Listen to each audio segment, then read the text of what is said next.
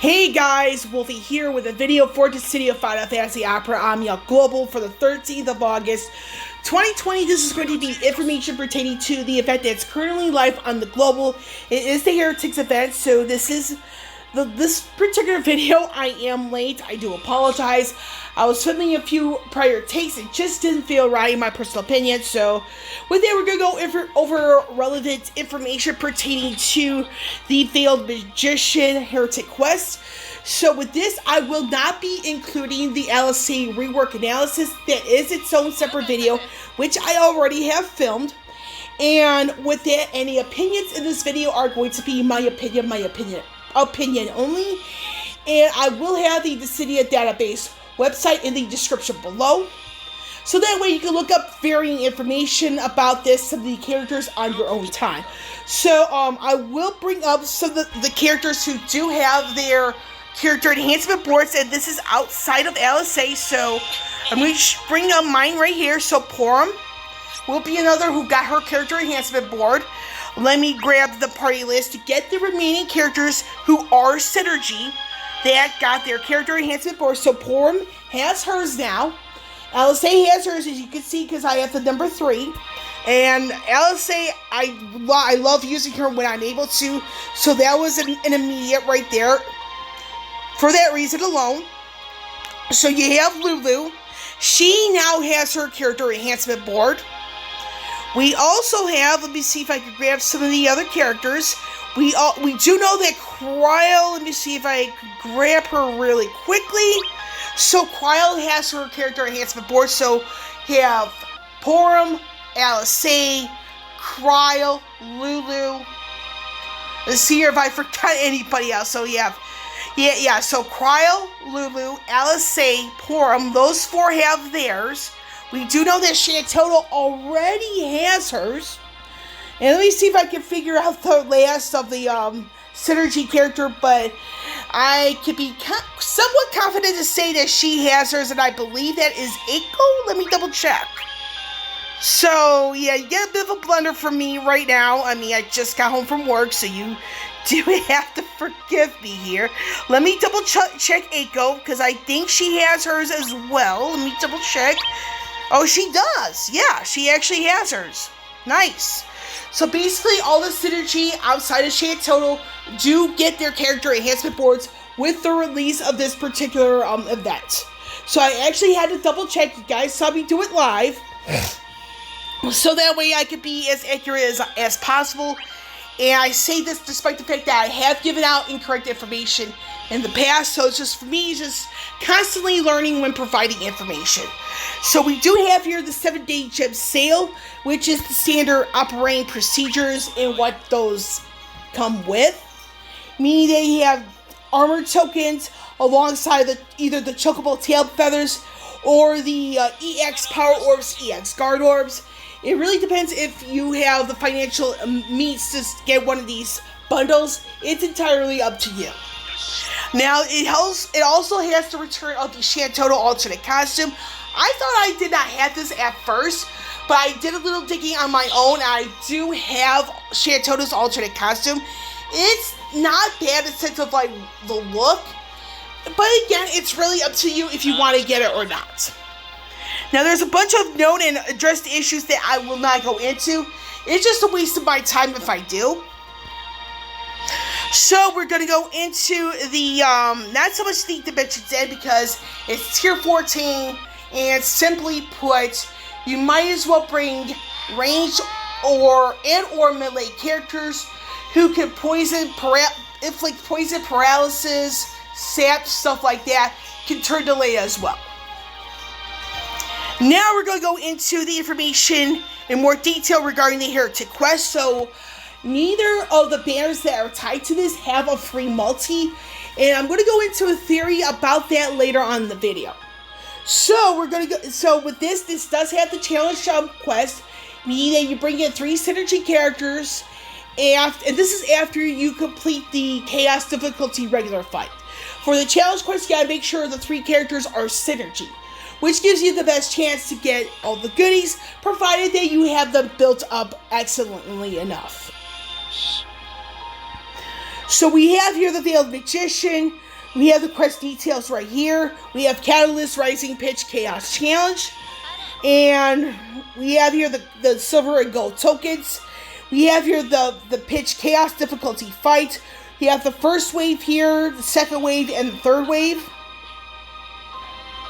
So that's that on that. We have here the Beatback Challenge. So basically, the more gold tokens we all get, the more goodies we get. So it's pretty much standard operating procedures. I'm not gonna waste my time here. So we have here the token exchange. The token exchange reward. So there is the co-ops. So you have all this good stuff here. So my priorities would be, if I were to ask for them, would be anything that's hard to get. Meaning that your Bloomstone, the Bloom Fragments. If you want the EX Power and Guard Orbs, I would go after those because they're hard to get. However, they bring tremendous value when you level up your gear. And it's something I really like in my personal opinion. Now you have here the high crystals in each color. These comes in groups of 5. You have the high shards in groups of 10. This comes in each color.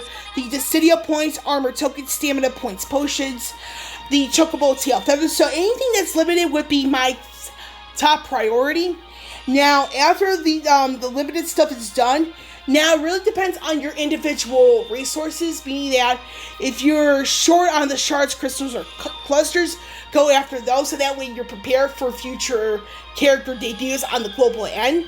The higher power and guard orbs, I will also go after these if you're kind of short and you have a lot of stuff you want to develop. Now you have here the event mission details, so this is it right here.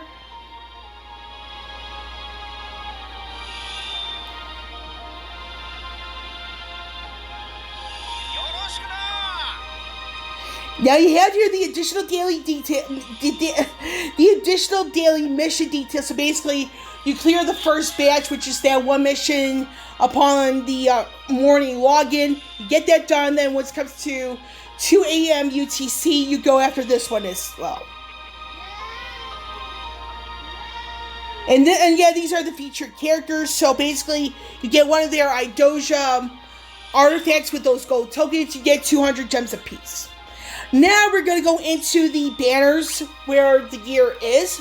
So for this particular banner, you have the 1535 EX LD and Burst weapons for Shantotto. The LD and Burst is a debut for the record. You also have the 15 and 35 EX weapons for Aiko and Alice. Now this is an excellent banner to go into if you're lacking Alice because she just kicks so much ass. That's all I'm going to say on that one. Now we're going to go into the information pertaining to Shantotto's Burst and LD abilities. The ability here is called Vito Hunir. And this goes as follows. So this is one of those where it's AoE splash style damage, meaning that the intended target gets everything, non-targets get half. So this is the burst effect for 5 turns after finishing burst. Now this does not stack with identical character burst effects. Regarding the LD weapon, it is Salvation Scythe. And basically what this is that it is total HP damage, so it's AoE full. It deals a new debuff called Rune's Curse for 1 turn. Grants Rage Mode to self for 6 turns. And basically what this Rune's Cursed in-frame debuff does, it's paralysis and it drops the enemy's defense. This is excellent for Shantotto in my personal opinion. So with that, we're going to go into the second banner of the two, which is going to be the one I'm going to go into because I have everything for Alice. I have 0 regrets on going after Alice's EX when her Lost Chapter showed up. So this again has the LD and Burst weapon for Shantotto. This will have the 15, 35, and EX weapons for Purim, Quile, and Lulu. The reason why I'm going into this one is that I do not have the EX weapon for Quile. I also do not have the EX weapon for Lulu. And I'm only going to go after Shantotto's LD weapon. I like Shantotto, but I'm not the biggest fan. And I like Ultimisia a lot more than Shantotto. And I will be going after Ultimisia's LD weapon when the last chapter shows up. Because, like I said, I like Ultimisia way more. So with that, I'm going to go into a special thing with this video. I'm going to go over a theory I've been thinking about for a while. And this is tied to the recent stream where the only free multi-pulls were tied to the last raid where Squall had his debut of his LD Amp Burst weapon. So the thing here is that the reason why I honestly feel that Squall's banners where it's both his LD and Burst were the only ones that were given the free multi-pull is that and this is partially because he's a very popular character. Anything tied to a very popular character, it's like I feel that Global gets more of a chance to get a multi-pull for free. And then, but that's partially. And the other part, I do feel that Global is following the current JP model. As opposed to when it showed up by JP, they got the free multis, all that stuff. Global was doing it like that.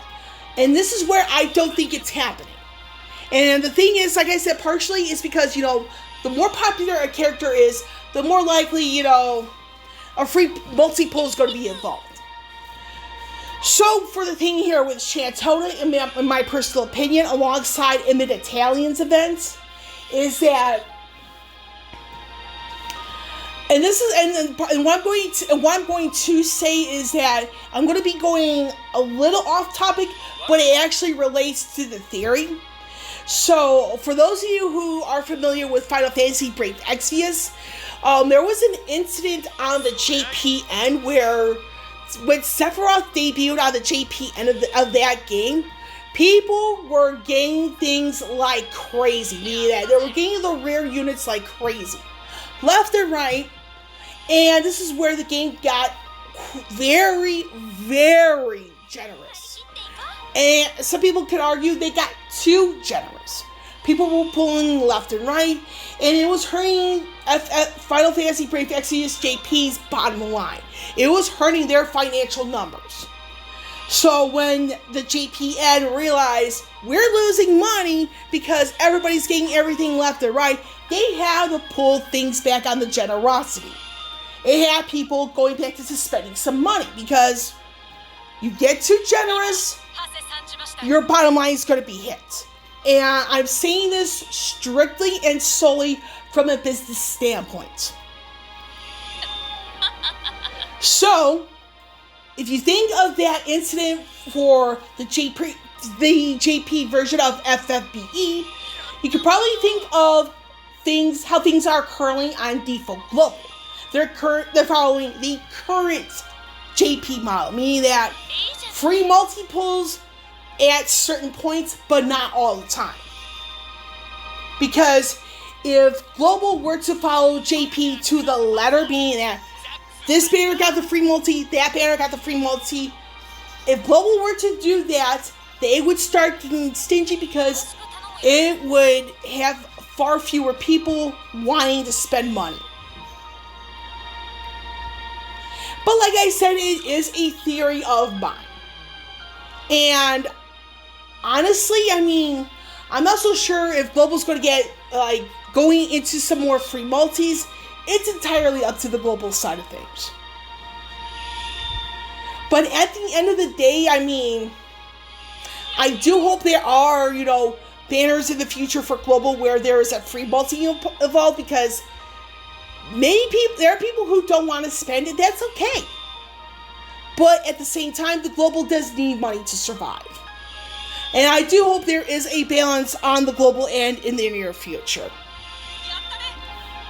But I did like the fact that there was free multis for Squall at the very least, because it gives people the chance to try things out. So with that, I'm going to get going for the night, as I do have to get something in my stomach before I go to bed. So with Wolvie here signing off, I will catch you all on the flip side.